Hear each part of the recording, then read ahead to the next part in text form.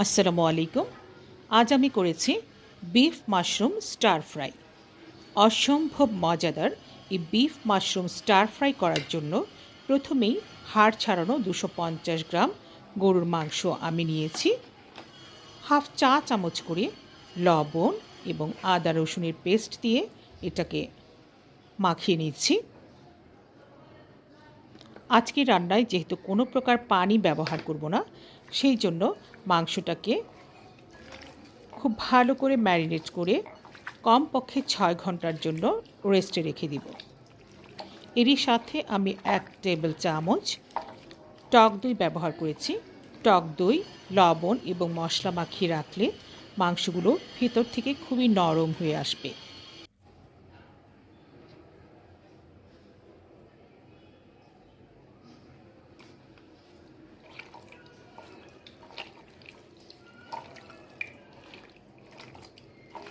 ছয় ঘন্টা পর মাংস থেকে বেশ খানিকটা পানি বের হয়েছে। এই পানিটাকে নিংড়ে আমাকে মাংসটাকে ভাজতে হবে।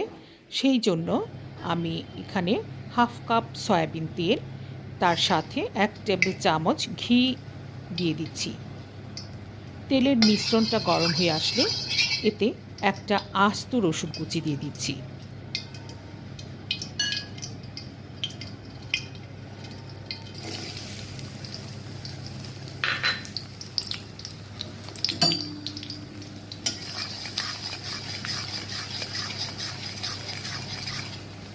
রসুনটা খানিকক্ষণ ভেজে এবারে ম্যারিনেট করা মাংসগুলো পানি নিংড়ে নিয়ে এই রসুনের সঙ্গে ভাজতে হবে।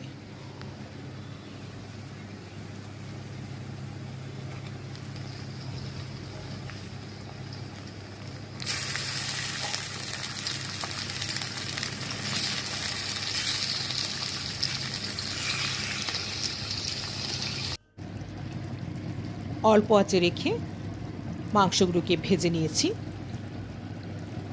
এবং প্রায় 50% পর্যন্ত সেদ্ধ হয়ে এসেছে মাংসগুলো। এবারে এতে মাশরুম অ্যাড করছি। মাংসের টুকরোর সাথে মিল রেখে মাশরুমগুলোকে আমি 4 টুকরো করে নিয়েছি। এবারে বিফের সাথে মাশরুমগুলো ভাজা ভাজা করে নিচ্ছি। দিয়ে দিচ্ছি সবুজ রঙের ক্যাপসিকাম। এখানে লাল কিংবা হলুদ রঙের ক্যাপসিকাম দিলে আরও অনেক বেশি সুন্দর হতো। আমার কাছে আজকে কালারফুল ক্যাপসিকামগুলো ছিল না, সেজন্য আমি লাল রঙের কাঁচামরিচ ব্যবহার করেছি। এবারে আমি এর সাথে লাল রঙের কাঁচামরিচ দিয়ে দিচ্ছি এবং সবগুলো উপকরণ ভাজা ভাজা করে নিচ্ছি।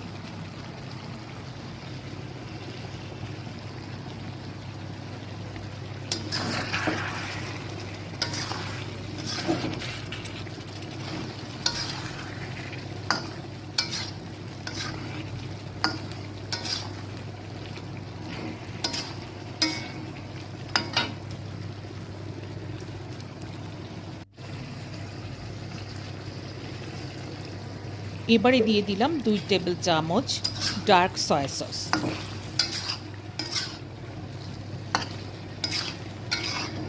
আরও কিছুক্ষণ এটাকে ভাজতে হবে।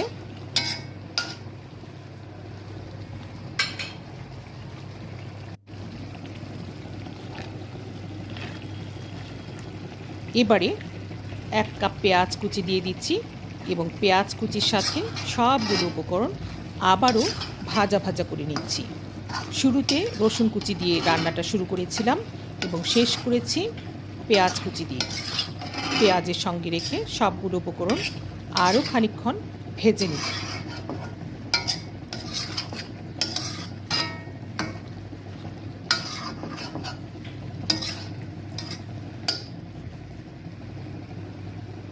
রান্নার প্রায় শেষ পর্যায়ে চলে এসেছি। এবারে টমেটো কেচাপ দিয়ে দিচ্ছি 1 টেবিল চামচ এবং সব শেষে একটু সাদা তিল দিয়ে এটাকে গরম গরম ফ্রায়েড রাইসের সাথে আজকে আমি পরিবেশন করছি।